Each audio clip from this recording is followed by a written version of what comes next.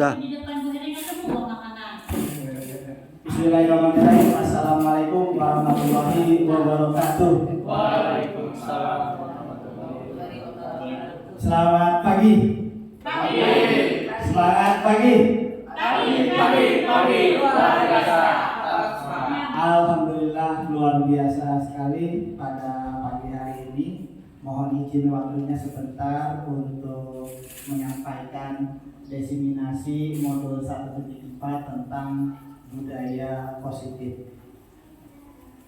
Nah, gunakan saya dari PAI, calon guru penggerak angkatan 9 asal instansi dari SMK Negeri 5 Kabupaten Tangerang, Provinsi Banten.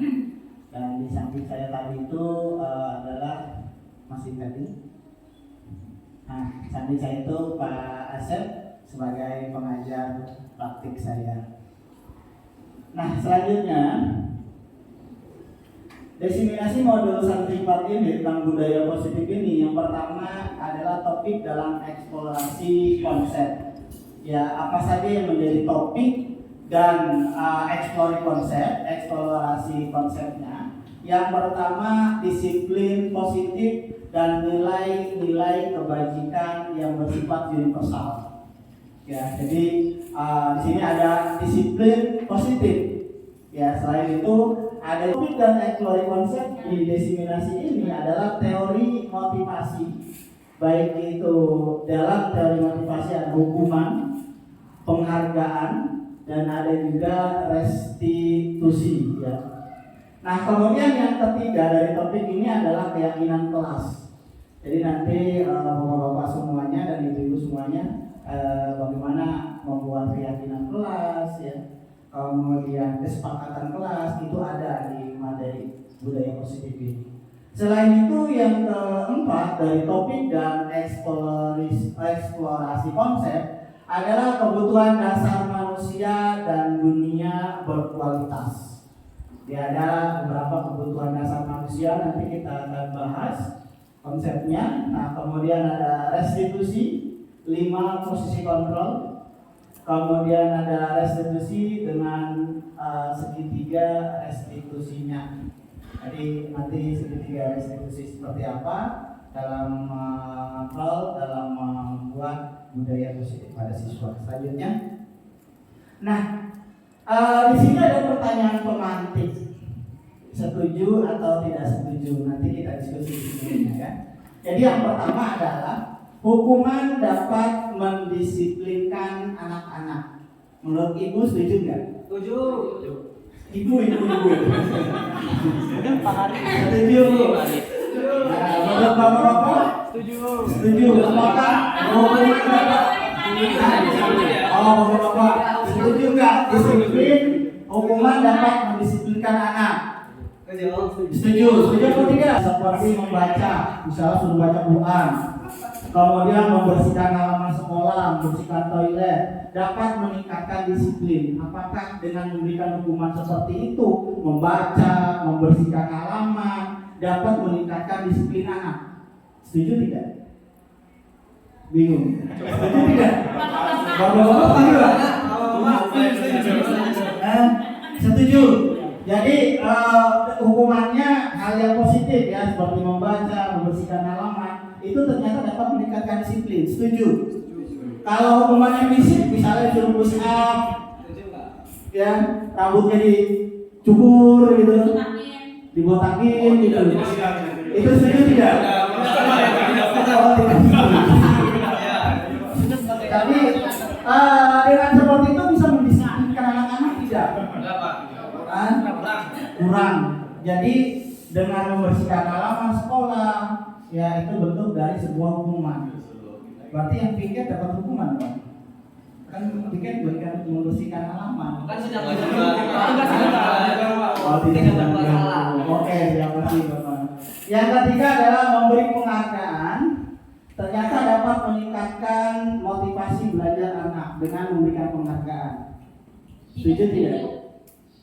Waktu saya kasih pulpen, setuju. Gimana Pak? Itu permen, pulpen atau yang lain, setuju tidak itu dapat meningkatkan motivasi anak untuk belajar? Setuju. Gimana? Maunya begitu. Setuju aja kata guru muda, setuju ya. Gimana kata guru muda aja. Oke, selanjutnya. Nah, di sini kita akan mempelajari selanjutnya adalah perubahan paradigmanya. Jawaban. Ada pulpennya? Gantian. Gantian ya. Nah, kemudian bentar. Oh, kertasnya kurang nggak? Nah, di situ petunjuknya ada A dan B. Anda dan teman Anda yang di samping. Benda atau sesuatu, ya di sini ada benda atau sesuatu yang sangat berharga untuk Anda. Ya apa aja, misalnya emas 1 kilo atau apa terserah, ya. Nah kemudian letakkan di salah satu tangan Anda dan genggam benda tersebut dengan segala daya. Jadi nanti megangnya di kiri, megangnya di kanan, ya. Udah, silakan dicatat dulu. Bapak-bapak silakan, ibu-ibu silakan dicatat dulu. Ini ada emas di tangan saya, Pak. Ya, tangan kanan. Kalau suami nggak bisa digenggam.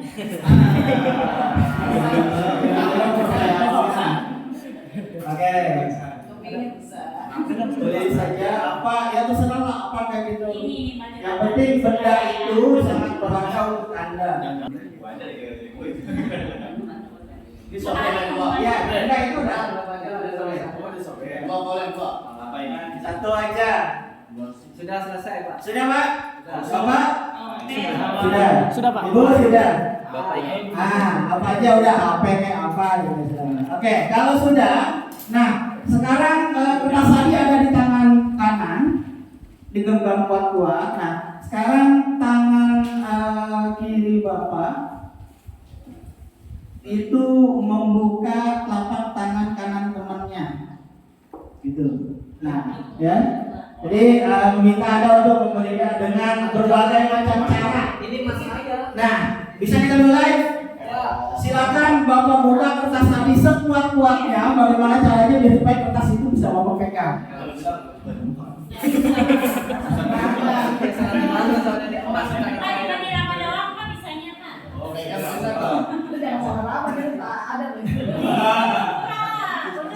Pak. Oke, sudah.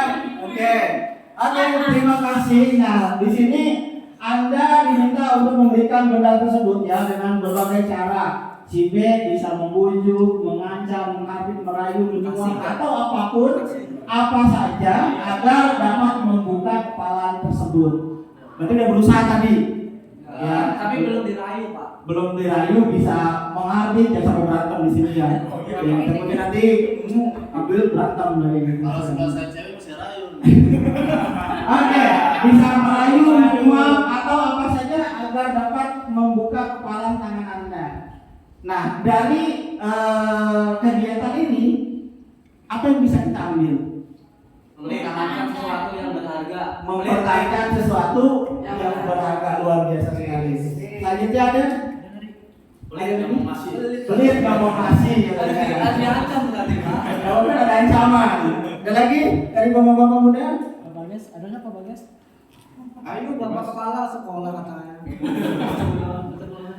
Oke, terima kasih. Jadi kita harus mempertahankan apa yang kita punya dengan cara apapun, dengan bagaimanapun agar supaya apa yang kita pegang itu benda yang sangat berharga itu tetap menjadi milik kita. Jadi tidak goyah ya. Selanjutnya, nah perubahan paradigma dalam hal ini teori kontrol atau teori pilihan yang dimaksud dengan ilusi kontrol. Ilusi guru mengontrol murid. Kemudian ilusi bahwa kritik dapat membuat orang merasa bersalah, dapat menguatkan karakter. Ini perubahan paradigma ya. Yang pertamanya guru mengontrol murid.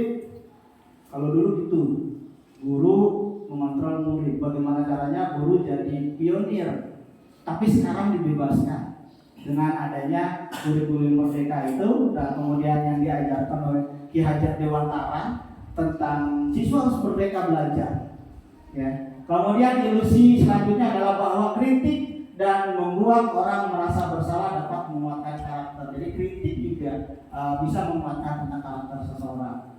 Ilusi selanjutnya bahwa semua penguatan positif efektif dan bermanfaat. Semua penguatan positifnya ternyata efektif dan bermanfaat. Kemudian ilusi bahwa orang dewasa memiliki hak untuk memaksa. Benar tidak orang dewasa? Benar Pak? Benar tidak orang dewasa memiliki hak untuk memaksa? Tidak. Ya? Tidak benar Pak. Bapak selama ini ngajar memaksa tidak sifatnya. Harus mengerjakan ini, deadline-nya ini. Maksa. Enggak sih. Itu sifatnya memaksa tidak? Emang deadline? Oke, jadi ada sifatnya memang pada intinya orang dewasa itu memiliki hak. Dalam hal ini guru ya, guru dikatakan orang sudah dewasa dia ada hak untuk memaksa anak muridnya untuk mengerjakan. Di sini ada keyakinan kelasnya apa? Bertanggung jawab, itu maksudnya. Lanjut. Nah di sini ada teori kontrol dan teori pilihan menurut Dr. William Glasser. Yang pertama, Anda tidak bisa mengontrol orang lain. Hanya Anda yang bisa mengontrol diri Anda. Jadi itu. Sebenarnya pada hakikatnya dari teori ini adalah kita tidak bisa mengontrol orang lain, hanya diri kita yang bisa mengontrol diri kita. Semua perilaku memiliki tujuan. Kemudian model berpikir menang. Model berpikir menang-menang, kemudian kolaborasi, konsensus menciptakan pilihan baru. Nah ini merupakan urutan-urutannya, diagram-diagramnya. Dari Anda tidak bisa mengontrol orang lain, hanya Anda yang bisa mengontrol. Kemudian di sini ada makna disiplin. Belajar kontrol diri dengan menggali potensi kita agar mencapai tujuan mulia, yaitu sesuatu orang yang kita inginkan berdasarkan nilai yang kita hargai. Kemudian ada teori motivasi. Kemudian ada untuk mendapatkan imbalan, untuk menghindari hukuman, motivasi ekstrinsik. Ketika kita mendapatkan tugas, ada motivasinya kan? Ketika kita seorang murid mendapatkan tugas dari guru, itu ada motivasinya. Sifatnya motivasi ekstrinsik ya. Apa? Untuk menghindari hukuman. Kalau kita nggak mengerjakan hukuman, kalau siswa nggak mengerjakan hukuman, maka dia akan tidak mengerjakan tugas, maka dia akan dapat hukuman.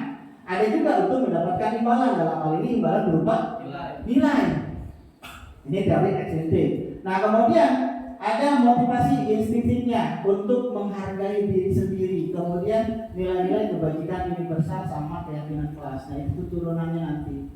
Nah dari model berpikir menang-menang ada 5 posisi kontrol. Ya, apa itu 5 posisi kontrol? Yang pertama adalah menghukum.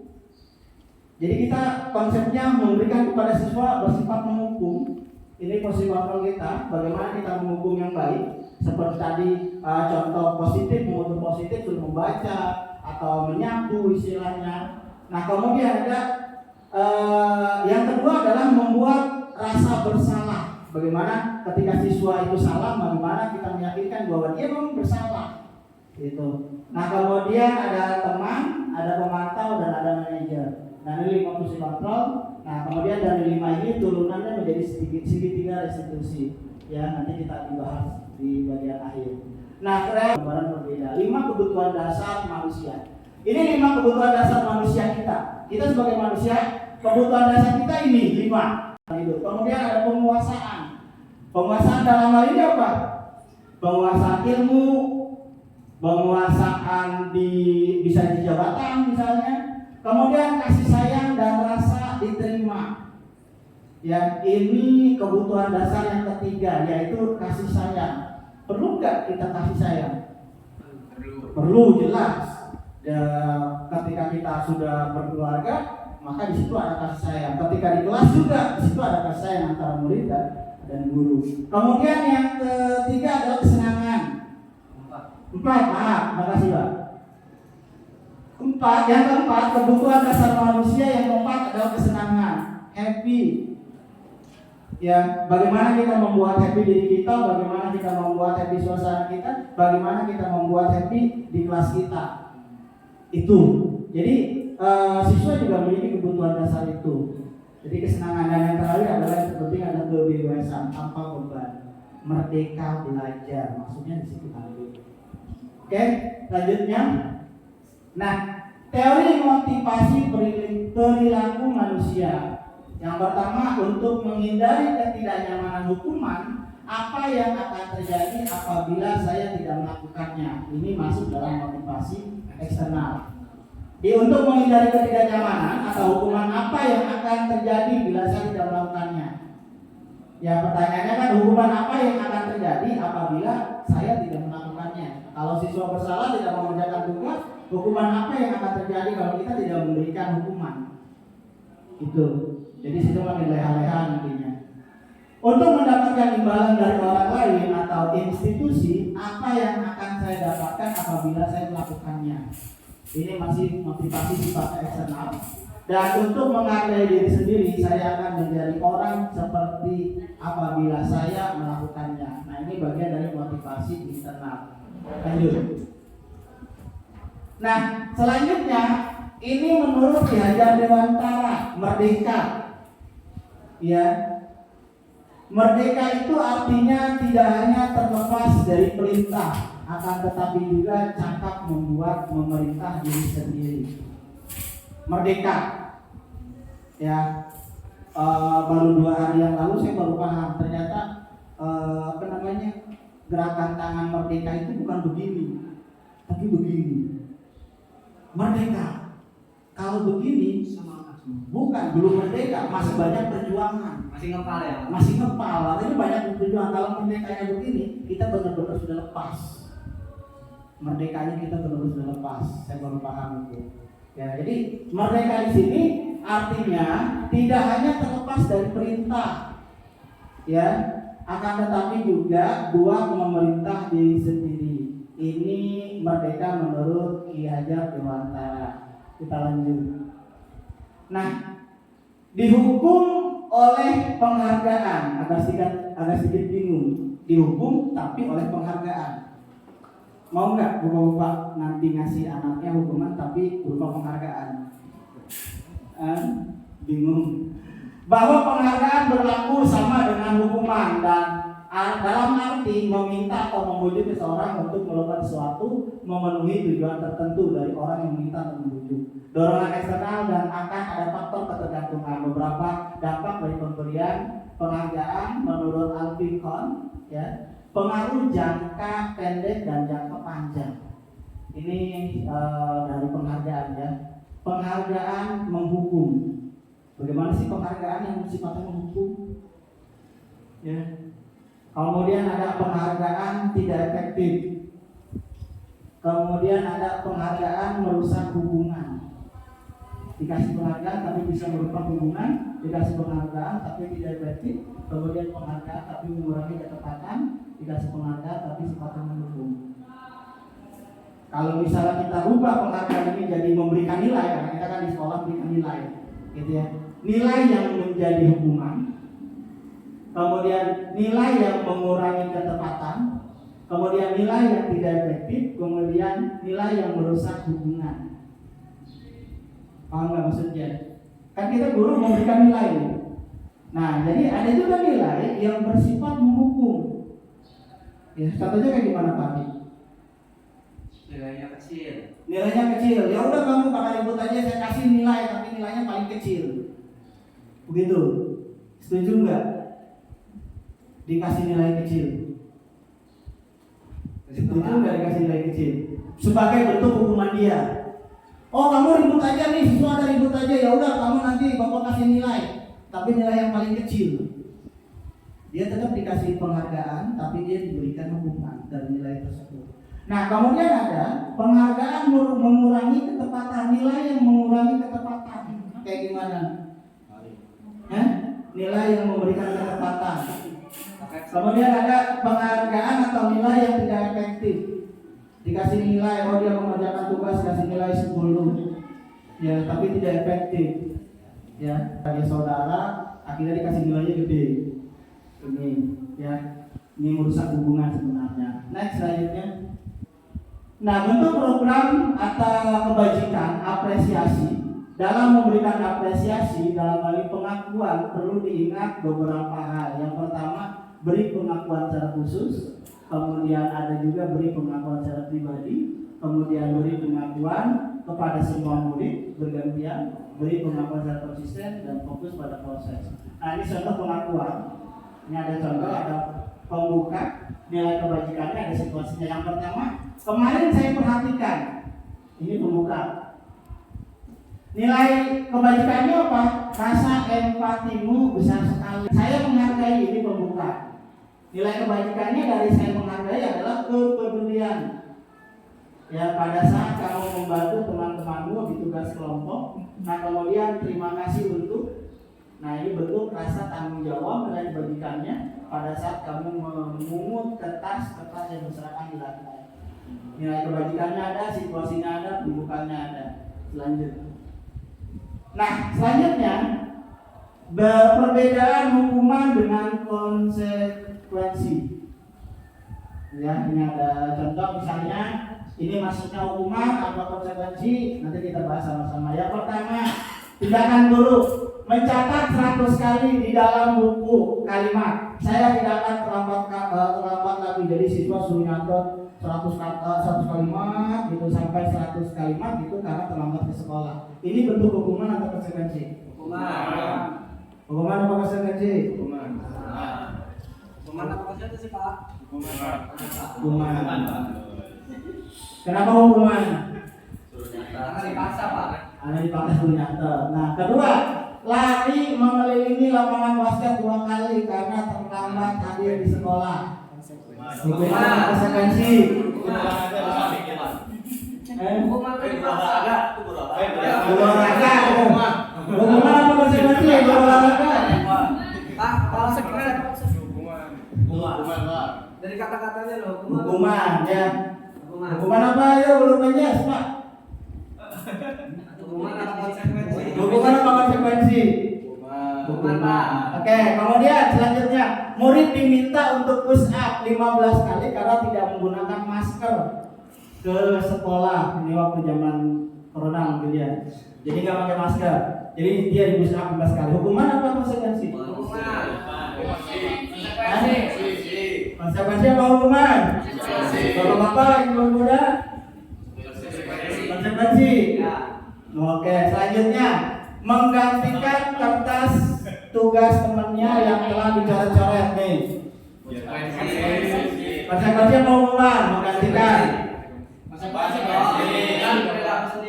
Oh, konsekuensi. Kemudian membersihkan tumpahan air di meja tulis karena tersenggol pada saat belajar. Konsekuensi. Masa saya nempel pada yang bersihin? Konsekuensi. Oke, lanjut. Udah Pak Ari aja jawab semua dah. Ada yang jawab semua.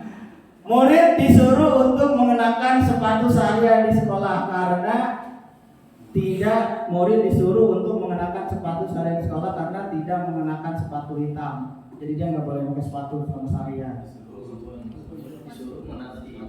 Tidak menggunakan sepatu seharian, maksudnya gitu. Untuk tidak yang maaf. Karena peraturan itu hukuman apa konsekuensi ya? Bapak nanya. Ayo, ini hukuman apa konsekuensi? Ayo Bapak. Ini Bapak Rahman. Konsekuensi apa hukuman? Hukuman. Disuruh tidak mengenakan sepatu seharian karena sepatunya tidak mengenakan sepatu hitam. Jadi sifatnya hukuman apa konsekuensi? Hukuman katanya. Kemudian lari mengelilingi lapangan basket 2 kali karena terlambat 10 menit untuk pelajaran PJK. Guru PJK di mana? Konsekuensi. Guru PJK. Guru PJK melakukan itu enggak apa? Siswa suruh lari. Iya, pas pelajaran PJK tuh. Pas pelajaran PJK. Kalian olahraga itu, Mas. Jadi lari hukuman. Hukuman apa konsekuensi? Konsekuensi. Oke, sekarang kita lihat jawabannya. Nah, Betul.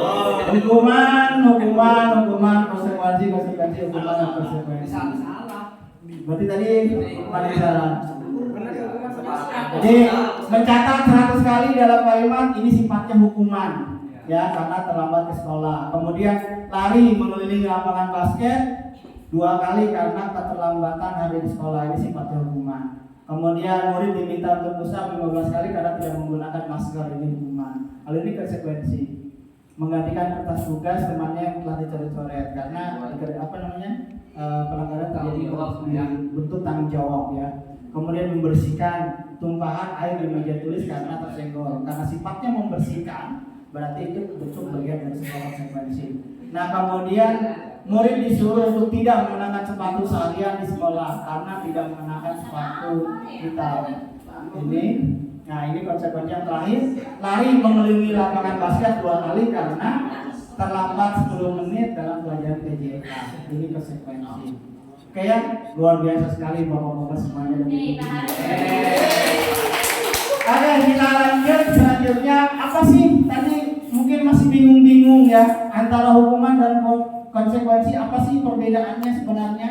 Nah, di sini perbedaan hukuman dengan konsekuensi. Yang pertama, hukuman sesuatu yang menyakitkan harus terjadi, itu hukuman.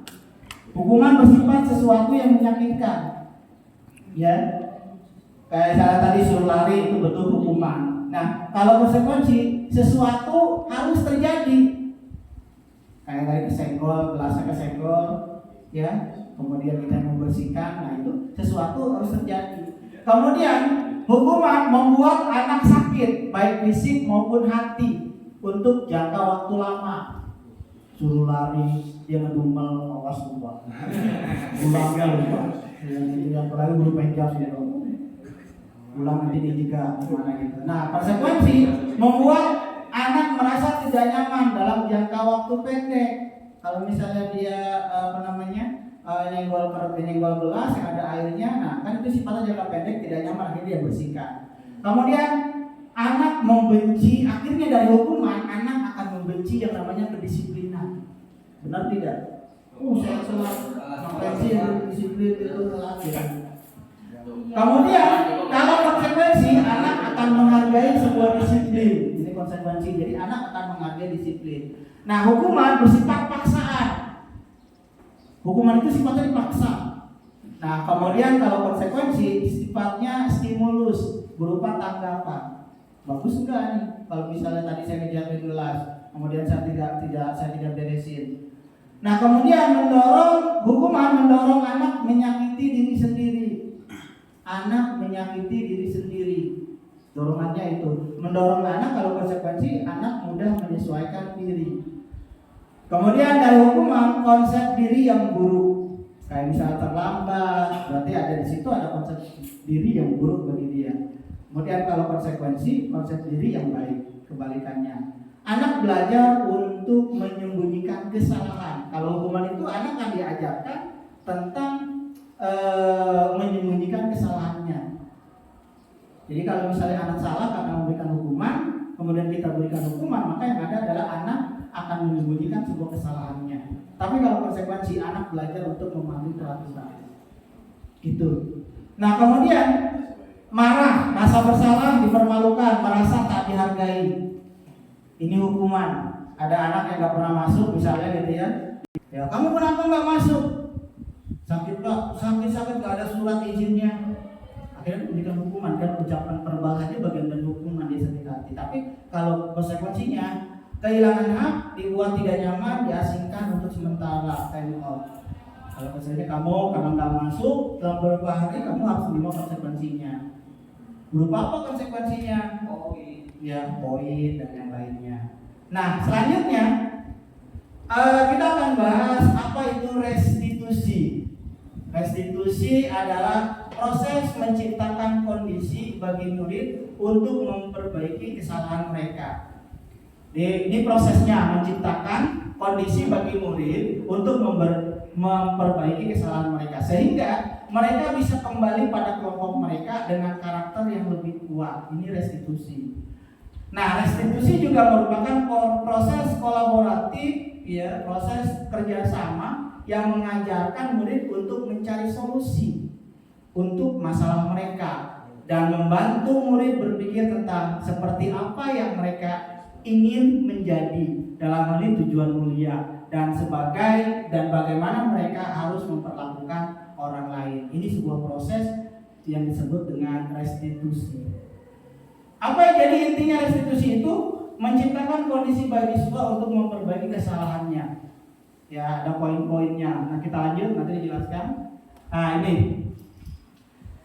Di sini ada hukuman, kemudian ada sifatnya disiplin, ada konsekuensi, dan ada restitusi. Kalau tadi kita hanya membahas cuma 2, hukuman dan konsekuensi. Sekarang kita tambahkan menjadi restitusinya. Ya, hukuman sesuatu yang menyakitkan harus terjadi. Ya, konsekuensi sesuatu yang terjadi di restitusi merupakan pilihan. Jadi kalau misalnya dia telat masuk kelas, ya, kalau misalnya dihukum atau dikasih konsekuensi atau dikasih restitusi, nanti ada 3 pilihan, gitu ya, mau diapakan gitu. Tidak nyaman untuk murid, anak untuk jangka panjang, tadi sudah dijelaskan di restitusi, menguatkan untuk murid, anak dalam jangka waktu panjang. Jadi sifatnya dia menguatkan dalam jangka waktu panjang, restitusi itu. Kemudian korban mendapat keadilan, di hukuman korban bisa diabaikan. Nah kemudian restitusi korban mendapatkan ganti. Murid akan tersakiti dalam hukuman, murid dibuat tidak nyaman. Dalam restitusi murid akan mendapatkan penguatan. Ini beda sekali ya. Kemudian sistem perilaku pasif, agresif dan meningkat itu di hukuman. Kemudian di restitusi masalah bisa terpecah dari guru. Dari restitusi murid belajar bertanggung jawab untuk perilakunya dalam restitusi ini. Nah kemudian perilaku hanya pada sebuah institusi, tidak berlanjut pada kehidupan nyata, itu hukuman. Membantu penerapan mengikuti peraturan dalam masyarakat. Nah, kalau dalam restitusi fokus pada penyelesaian masalah dalam jangka waktu yang sangat panjang. Ya, nah selanjutnya yang terakhir dan penting. Kalau dalam hukuman ada istilah peraturannya adalah kamu harus itu. Bisa nggak yang melengkapi kalimat hukuman? Bisa nggak? Bapak-bapak yang bisa melengkapi kalimat ini hukuman. Peraturannya adalah lanjut, kamu harus bisa buat kalimatnya. Hari Pak Guru Penjas masuk, ya kan? Yang bisa membuat kalimatnya. Peraturannya adalah kamu harus gitu. Ada lagi. Peraturannya adalah siswa harus mengerjakan tugas. Maka kamu harus mengerjakan tugas. Nah itu kan. Konsekuensi bagaimana? Apa peraturannya? Kalau konsekuensi, kalau datang terlambat, apa sih peraturannya? Kemudian mampukah kamu melakukannya? Ya, kemudian ada kata terima kasih. Ya, ketika dia mendapat sebuah konsekuensi. Nah, dalam restitusi itu berbeda. Apa yang kamu yakini? Ketika dia telat, ketika seorang siswa telat, apa yang kamu yakini kamu bisa telat? Keyakinan apa? Nah, kemudian apa yang kamu bisa lakukan untuk memperbaiki masalah ini? Jadi tidak untuk menghukum sebenarnya dalam restitusi. Kita lanjut. Nah, mengapa tidak peraturan saja? Mengapa harus keyakinan kelas? Nah, kita akan bahas selanjutnya adalah tentang keyakinan kelas. Ini yang terpenting juga dalam manajemen kelas ya. Nah, mengapa kita memiliki peraturan harus menggunakan, ini contoh ya. Mengapa kita memiliki peraturan harus menggunakan helm bila mengendarai kendaraan roda 2? Ini peraturan apa keyakinan? Peraturan. Peraturan apa keyakinan? Peraturan Pak. Harus menggunakan helm karena sudah diatur undang-undang ya. Kemudian ini contoh, ini peraturan apa keyakinan? Peraturan, ada tulisan peraturan. Ada tulisannya peraturan. Berarti ini peraturan juga dong yang ketiga. Iya, semua. Kalau keyakinannya nomor 1 adalah keamanan. Keselamatan. Keselamatan. Kemudian yang kedua berarti kesehatan. Ya. Yang keempat disiplin. Disiplin. Nah, itu keyakinannya. Nanti ada Keselamatan. Nggak usah ngomong bawah, nggak usah ngomong jaket. Kalau keselamatan udah pasti lengkap. Kata posisi hilang bukan? Oh bukan. Jam terbangnya tinggi. Jadi nanti kita setelah ini kita akan membedakan mana keyakinan kelas, mana sebuah peraturan. Untuk mendukung motivasi intrinsik, kembali ke nilai-nilai keyakinan-keyakinan, lalu lebih menggerakkan seseorang dibandingkan mengikuti serangkaian peraturan. Kita lanjut. Nah, di sini ada sebuah lingkaran. Ada peraturan kelas. Ini misalnya dalam sebuah kelas. Ada peraturan kelas. ada keyakinan kelas. Keyakinan kelas melingkupi peraturan kelas. Kemudian dari keyakinan kelas melingkupi sebuah lingkungan yang positif. Ini sebuah kelas. Jadi peraturan kelas di bawah keyakinan kelas. Gitu. Kalau misalnya peraturan kelas siswa harus misalnya siswa harus berseragam rapi, itu peraturan. Keyakinan kelasnya apa? Keyakinan kelasnya apa? Disiplin ya, maksudnya. Disiplin, bertanggung jawab. Bisa. Situ aja Pak, salah ya udah. Itu. Ya. Kemudian siswa tidak boleh misalnya di kelas tidak boleh buang sampah sembarangan. Keyakinan kelasnya apa? Tanggung jawab, kebersihan, bertanggung jawab kita ada. Jadi nggak perlu, ayo jaga kebersihan kita. Jadi kita nggak perlu bikin peraturan. Walaupun peraturan itu udah ada, udah jelas. Jagalah kebersihan. Nah, keyakinan kelas itu penting tadi ya. Selanjutnya yang mana yang merupakan keyakinan kelas? Mengapa? Yang pertama di sini TK Dharma Wanita kesepakatan kelasnya, ini ada kesepakatan kelas. Datang tepat waktu, mengucapkan salam. Ini kesepakatan kelas. Jadi kesepakatan kelas itu seperti apa sih Pak? Pak Hari pernah melaksanakan nggak? ada di kelas saya. Jadi sebelum kita ngajar, Kita bikin kesepakatan. kita bikin kesepakatan dulu. Apa yang harus kita lakukan? Jadi tidak jadi hukuman karena kita udah sepakat. Iya benar. Contohnya. Contohnya gimana Pak? Contohnya. Jadi yang itu. Kalau dilanggar gimana tuh Pak? Nah, Ya konsekuensi sih bukan hukuman. contohnya kamu bilang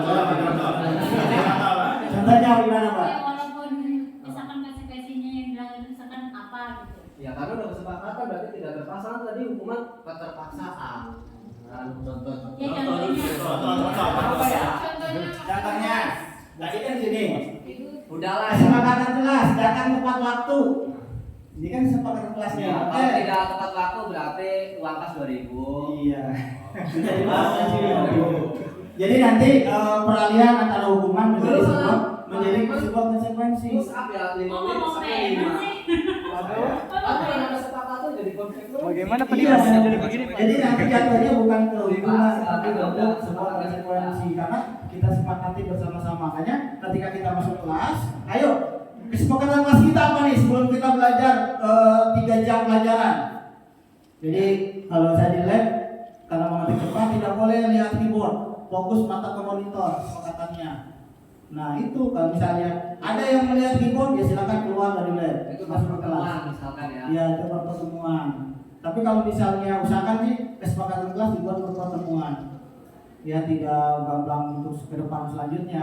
Ya berarti nanti jadi kayak Itu bagi guru Pak, kalau bagi wali kelas wajib untuk 1 tahun. iya wali kelas. Jadi program. Kemudian menjaga kebersihan sekolah, berdoa sebelum dan sesudah kegiatan ini di TK sih ya. Kalau di tingkat kita SMK nggak mungkin. Jadi kita setiap masuk kelas kita harus buat kesepakatan. Kalau TK karena guru kelas ya kesepakatannya udah bersama bisa langsung ditempel. Kesepakatan kelas kami dan guru dan murid yang saling menyayangi. Kami murid yang semangat belajar dengan kelas. Ya tadi maksudnya apa sih keyakinan kelas? Maksudnya apa? Nah ini keyakinan kelasnya ini. Intinya ini dari sebuah keyakinan kelas. Yang pertama, selalu mengembalikan buku ke tempatnya, itu peraturan. Maka bentuk keyakinan kelasnya adalah tanggung jawab. Jadi nggak perlu, ayo bukunya taruh ke tempatnya. Ayo sapu, ayo ngepel. Ayo nyapu, ayo ngepel, nggak perlu gitu. Yang penting keyakinan karena kita udah buat keyakinan kelas bersama, yaitu bentuk tanggung jawab. Dilarang mengganggu orang lain. Keyakinan kelasnya menghormati orang lain. Temennya lagi tidur diganggu, ya udah hormati orang lain aja. Tapi tidak menggunakan kata peraturan, walaupun di situ udah jelas ada peraturan. Hadir di sekolah 15 menit sebelum pembelajaran dimulai. Di sini ada 2, menghormati orang lain, kemudian ada berkomitmen. Hadir 15 menit. Ya, menghormati yang lebih datangnya lebih awal, menghormati dari sebuah peraturan. Dilarang melakukan kekerasan. Keyakinan kelasnya bersifat keselamatan, menghormati orang lain. Ya, yang sering berantem di kelas misalnya, nah itu kan keyakinan kelasnya ada di keselamatan atau menghormati orang lain. Kemudian dilarang menggunakan narkoba, itu kesehatan. Kemudian gunakan masker, itu kesehatan dan keselamatan. Bergantian atau menunggu giliran, menghormati bersabar. Kemudian jangan berlari di kelas atau di koridor, keselamatan dan keamanan. Kalau misalnya jagalah kebersihan, jagalah kebersihan di kelas kita. Keyakinan kelasnya apa? Hah? Kesehatan. Jangan berisik. Menghormati orang lain. Hah? Menghormati Orang lain. Jangan gaduh, sama aja. Kalau misalnya nitip jajanan ke kantin, Tanggung jawab. Hormati. hah? Kalau menolong boleh. Tolong. Menolong boleh. Kalau menolong, ada mau menolong. Ya kan nanti ditambah Pak. Menghormati orang lain. Kalau peraturan nanti satu kelas penuh. Kalau keyakinan Bisa jadi itu juga aja. itu. Kalau nanti makan di kantin keamanan. Soalnya kalau nggak di TTP ditojok bisa. Ayo tidak menghormati orang lain. Iya, takutnya kan begitu. Ada keyakinan. Ini enggak. Orang kalau Kalau misalnya tidak pacaran di kelas, Kenapa, Pak? tidak pacaran di kelas, Menghormati orang lain. Menghormati orang lain. hah? Menghormati orang lain. Menghormati orang lain. Di sini Hah? Iya, di sini ya. Nah, ini bagian dari ada peraturan, ada keyakinan kelas. Kalau keyakinan kelas ya udah dalam bentuk kata yang sudah apa namanya? Disimpulkan. Sudah disimpulkan di permudah. Lanjut.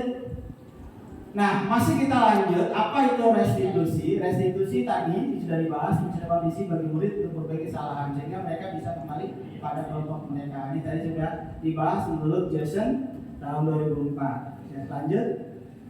Nah, kebutuhan dasar manusia. Tadi sedikit kita sudah singgung di awal. Kebutuhan dasar manusia itu ada 5. Ada belonging, power, freedom, survival, dan fun. Belonging itu apa tadi? Cinta Kasih dan sayang. Kasih sayang. Cinta dan kasih sayang itu bagian dari kebutuhan manusia. Kayak pramuka ya. Ya, apa? Kasih sayang.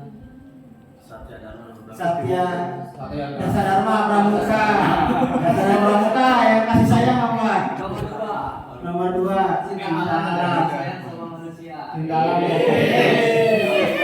Kan baru kedua masih dua. Lagi kan dua doang ini. Nah, itu ya. Yang pertama ternyata manusia butuh yang namanya kasih sayang. Butuh cinta itu sampai umur menjemput. Kan gitu ya. Harus bisa bertahan hidup.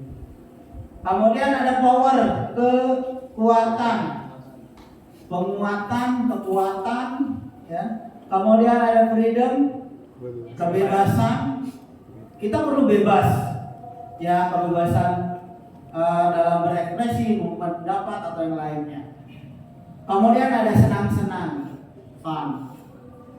Karena manusia juga perlu kebutuhan dasar yang bersifat senang-senang. Dia banyak uang, dia senang-senang. Dia tidak banyak uang, bagaimana caranya dia bisa senang-senang juga. Iya, karena kesenangan pada hakikatnya itu bukan dilihat dari banyaknya uang sebenarnya, ya.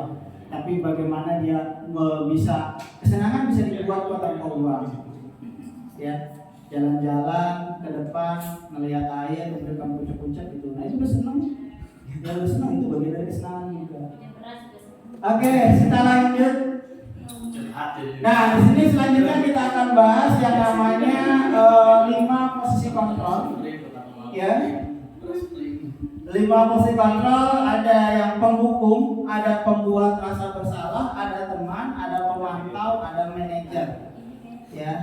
Identitas gagal, kontrol dari luar, menghindari hukuman. Guru berbuat, dalam hal ini misalnya menghardik, menunjuk-nunjuk, menyakiti dan menyindir. Ini menghukum. Membuat rasa bersalah, berceramah dan menyatakan seharusnya ibu kecewa. Nah, itu. Jadi nggak boleh misalnya kita seorang guru misalnya langsung menunjuk kamu ini misalnya, coba kamu dipanggil, ya seharusnya kamu jangan begitu. Jadi sifatnya nanti humanis. Kemudian guru berkata, kalau kamu tidak melakukannya, awas ya, rasakan. Ada yang sudah seperti itu, Pak? Ada yang pernah keluar nggak kata-kata itu? Kalau kamu tidak melakukannya, kalau kamu tidak mengerjakan tugas, awas ya. Nah, itu sifatnya menghukum. Tapi bagaimana caranya agar tidak jadi menghukum, tapi membuat dia menjadi rasa bersalah. Kamu seharusnya, kamu sudah tahu, ibu lelah sekali mengatakannya, ibu stres. Ya. Kamu kan tahu ini tugas kamu, ini bentuk tanggung jawab kamu. Ya, makanya tugas harus dikerjakan, kan seperti itu. Jadi tidak ada kata mengancam dalam hal ini menghukum. Kemudian hasil dari hasil itu yang ada adalah memberontak, menyalahkan orang lain dan akan berbohong. Ketika dihukum itu, siswa akan memberontak. Ya. Tapi ketika dalam konsep membuat rasa bersalah, fungsi kontrolnya adalah dia akan menyembunyikan dan menyangkal dan akan berbohong. Kemudian kaitannya dengan dunia berkualitas. Kemudian ada teman, di sini ada kontrol teman, ada pemantau dan ada manajer sampai ke bawah. Ya, apa yang kita yakini, apa yang kau kerjakan untuk memperbaiki masalah itu. Nah, ini ada konsep-konsepnya, ada motivasinya. Kita lanjut. Nah, di sini ada pernyataan-pernyataan. Siapa yang menyatakan? Saya kecewa sekali dengan kamu. Ini sebuah pernyataan. Nah, yang menyatakan membuat orang merasa bersalah. Maksudnya bagaimana? Peran guru, Pak. Guru. Nah, jadi kalau misalkan ada guru saya kecewa sama dia, berarti peran guru tersebut adalah sebagai pembuat orang merasa bersalah. Iya, benar. Ya. Dia rajin sekolah gitu. Terus tiba-tiba dia melakukan kesalahan. Maka saya kecewa sekali dengan kamu. Yang awalnya kamu rajin, kok tiba-tiba sekarang kamu berbeda tidak seperti yang dulu. Itu maka yang terjadi pada siswa adalah membuat orang merasa bersalah. Tidak langsung menghukum. Gitu. Kemudian ada pernyataan selanjutnya, kamu tidak pernah benar melakukannya. Jadi biasanya kalau hukum kayak gitu. Kalau lagi di lab gitu ya, kalau lagi di lab terus kamu ini tidak pernah benar ngelakuinnya gitu ya. Pengalaman juga itu. Nah, itu sifatnya penghukum. Maka dia akan dijadikan sebagai persifat penghukum. Padahal Pak Hadi sendiri. Saya kalau hukum suruh baca Al-Ikhlas doang, Pak. Biru itu kayaknya kemarin. Nah, kemudian posisinya apa yang kamu mau untuk mendapatkan stiker bintang hari ini? Ini posisinya. Jadi maksudnya di sini mungkin agak sedikit saya ulangi lagi. Siapa yang menyatakan ini adalah posisi seorang guru? Bisa jadi posisi seorang guru sebagai penghukum, bisa jadi sebagai seorang teman, bisa jadi sebagai pemantau, bisa jadi sebagai manajer atau bisa jadi kuasa hukum. Kita mau guru yang kayak gimana, sebagai apa? Kan gitu. Kalau kita yang tadi dilakukan, kamu ini nggak pernah benar ngelakuinnya, nggak pernah benar ditugasin juga. Nah, berarti kita sebagai guru, sebagai guru penghukum, gitu ya. Kalau misalnya saya merasa kecewa dengan ibu, Ayo bro, ayo coy. ayo bro, ya, ayo yang bagus kerjakannya, ya demi ibu. Nah, itu kan berarti seorang guru memposisikan dirinya sebagai seorang teman. Ya bukan seorang yang lainnya. Ini gimana sih udah begini? Kan teman kita. Teman, tapi jangan keseringan. Ya Bapak ya. Nah selanjutnya, bagaimana? Belum. Bagaimana kamu bisa menyelesaikan masalah ini? Ya, ini sebuah guru menjadi seorang manajer. Ya, bagaimana kamu bisa menyelesaikan masalah ini?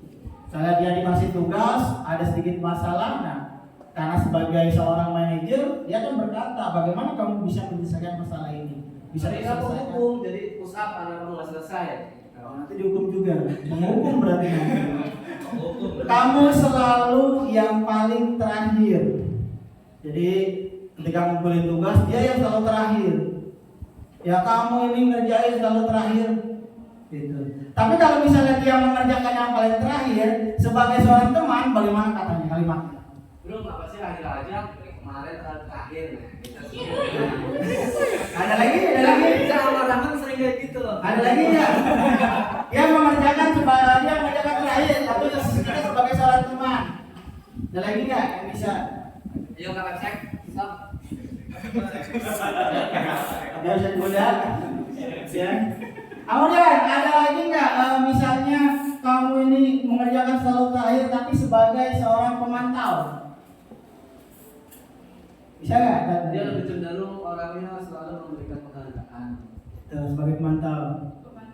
Pemantau. Pemantau. Misalkan nih, kamu ngerjakan tugas bagus, oke, poinnya jadi apa bintangnya nih dapat 5 gitu misalkan. Nah dikumpulkan satu master yang bintangnya paling banyak dapat penghargaan. Itu salah pemantau. Enggak, dia ngerjainnya terakhir, paling terakhir. Ya, nanti bintangnya dikurangin. Bintangnya dikurangin. Jadi Nah pemantau nggak pernah ngukum, nggak pernah ngaku teman. oke, jadi Peran gurunya biasanya seperti itu. oh, iya, kalau sebagai manajer Dia selalu baik. dia selalu Dan baik. bijak dalam menentukan. Berarti harus bagaimana? Kalimatnya kayak gimana? Nanti bapak sekarang sudah coba susah. Berarti kita bahas apa? Contohnya, kamu kalau nggak kayak gini terus nilainya nggak bisa gitu nanti berapa? Wah, Coba gimana solusinya biar itu? Nah, kan dia mikir sendiri tuh. Iya, itu sebagai manajer. Ya.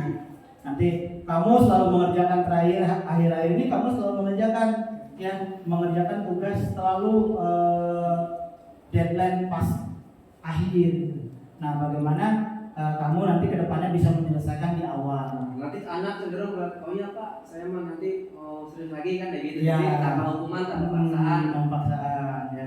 Tapi masalah. kalau kamu nanti bisa lebih awal lagi, nanti bapak kasih bintang dan nilainya pasti akan disahkan. Menjadi peran pemantau. Sebagai pemantau. Oke bro, nanti ke depan harus bisa lebih awal Karena lagi. kan seorang pemantau itu kalau dihukum pasti bisa bapak kalau pemantau nggak dihukum, udah bintangnya saya kurangin kemarin 10 sekarang tinggal 5. Nah itu pemantau aja nggak pernah hukum gitu. Oke, terima kasih.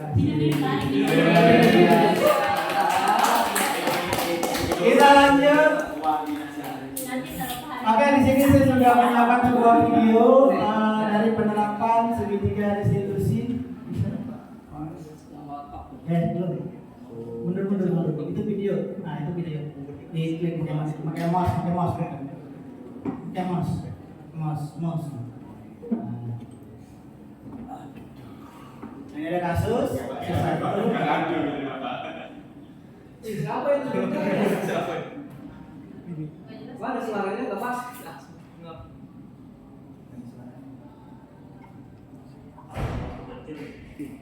itu Pak Eso. Oh daripada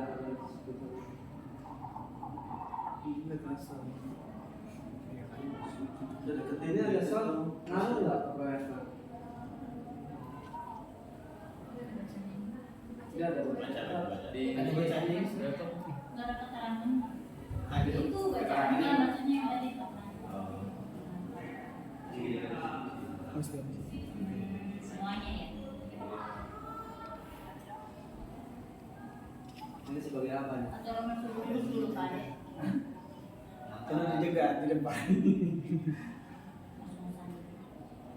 Oke, itu contoh yang kedua. Di sini kasus kedua. Ya. Halo. Baik.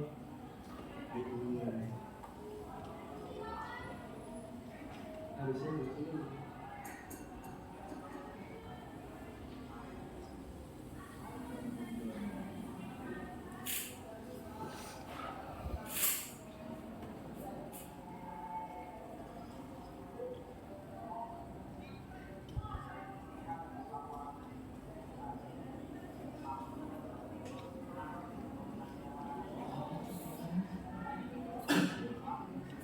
Bisa pikirin Pak dikit Pak biar dengar.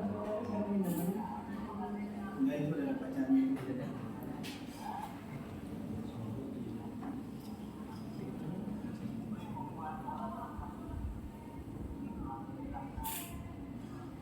Ini makin bagus.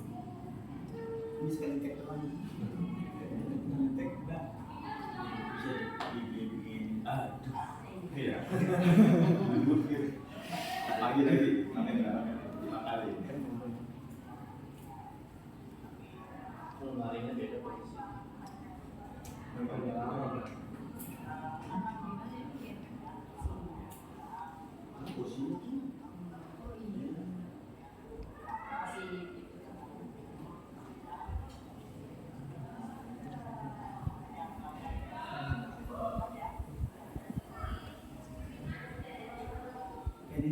siswa dari segitiga dan restitusi.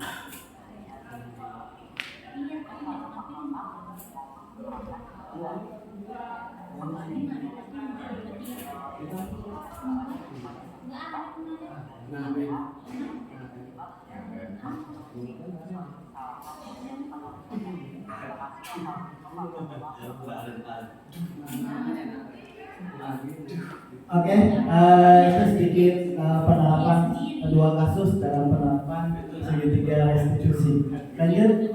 Nah, selanjutnya ada kita bahas segitiga restitusi. Apa sih yang menjadi bagian atau segitiga restitusi itu?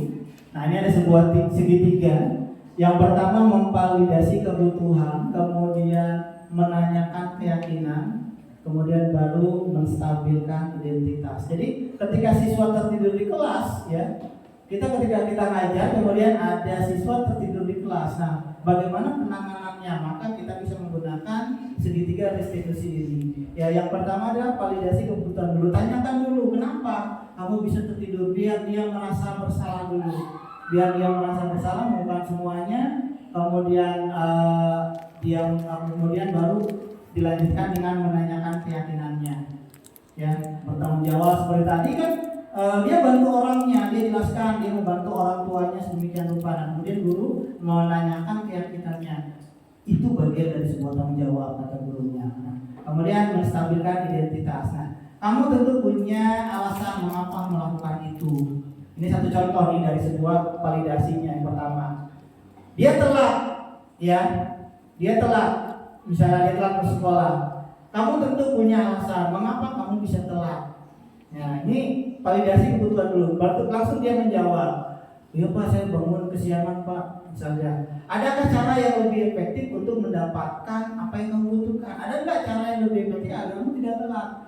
Iya Pak, berarti malamnya saya tidak akan tidur terlalu larut supaya saya bisa bangun pagi. Nah, ini kan validasi kebutuhan dulu. Jangan langsung menghakimi kamu telat.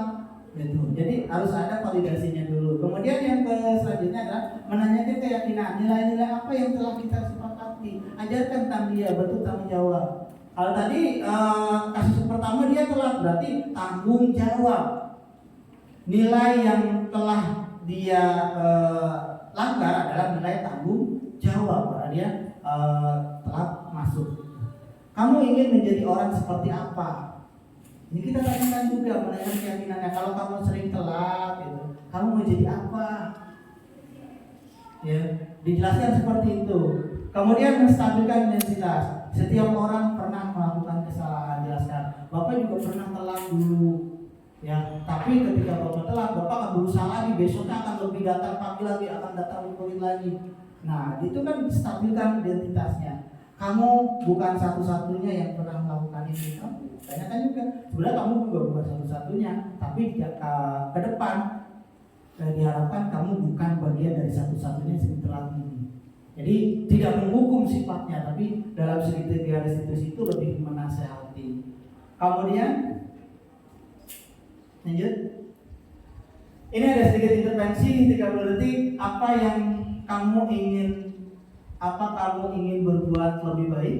Intervensi ini membantu murid kembali ke tujuan semula dengan cukup singkat dan dengan cara non-konfrontatif. Pertanyaan-pertanyaan yang diajukan ini biasanya dikemukakan oleh seorang pemantau atau seorang manajer. Apakah kamu ingin berbuat lebih baik? Tanyakan ke siswa. Apakah saat ini kamu sedang menjadi orang yang sedang kamu inginkan? Kemudian apakah kamu bisa mengubah kegiatan atau perilaku kamu saat ini menjadi sikap yang lebih membantu? Apakah wajar membuat kesalahan, bisakah kita memperbaikinya? Tanya kepada siswanya. Ini intervensinya dalam 30 detik. Ya.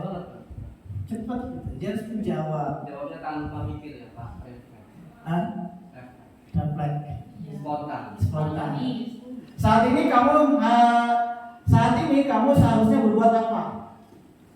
Ya. Apa yang bisa saya bantu agar kamu bisa melakukannya? Misalnya Pak Ali, misalnya Pak Ali siswa telat. Ya, saya intervensi. Apakah kamu ingin berbuat lebih baik? Ya, siap. Oke. Apakah saat ini kamu sedang menjadi orang yang sedang kamu inginkan? Belum Pak, karena belum sesuai dengan apa yang diinginkan. Oke. Apakah kamu bisa mengubah kegiatan? Apakah kamu bisa mengubah perilaku kamu saat ini menjadi sikap yang lebih membantu? Iya bisa. Apakah wajar membuat kesalahan? Tidak. Bisakah kamu memperbaikinya? Insya Allah bisa. Oke. Apa yang kamu lakukan saat ini sesuai? Tidak sesuai. Tidak sesuai. Kapan kamu siap untuk memulai? Mulai sekarang. Mulai sekarang. Peraturannya apa? Banyak Pak. Banyak. Sepertinya kamu punya masalah. Saya bisa bantu apa? Apa saya bisa bantu? Tidak dulu. Bisa. Kalau logik itu bohong Pak. Kalau logik itu bohong makanya 30 detik supaya spontan. Iya benar. Apa yang bisa saya bantu agar kamu melakukannya? Pinjam dulu 100. Buat isi bensin. Masalah ya. Apakah tugas kamu saat ini? Tidak ada Pak. Bagaimana kamu ingin diperlakukan pada kegiatan ini? Bisakah kamu melakukannya? Bisa. Bisa. Apa yang kamu inginkan? Peraturannya apa? Soal di nggak Mikir lagi. Jadi ada di sini ada istilah intervensi 30 detik. Kita langsung tanya ke siswa dalam waktu 30 detik. Jadi nggak usah dia kalau dia langsung pertanyaan selanjutnya. Jadi jangan kasih dia untuk berpikir, tapi kasih dia untuk menjawab itu secara refleks. Seperti ini sebuah intervensi 30 detik. Lanjut. Nah, terima kasih atas waktunya. Sudah selesai. Terima kasih atas waktunya bapak-bapak, ibu-ibu semuanya. Terima kasih sudah saling membantu.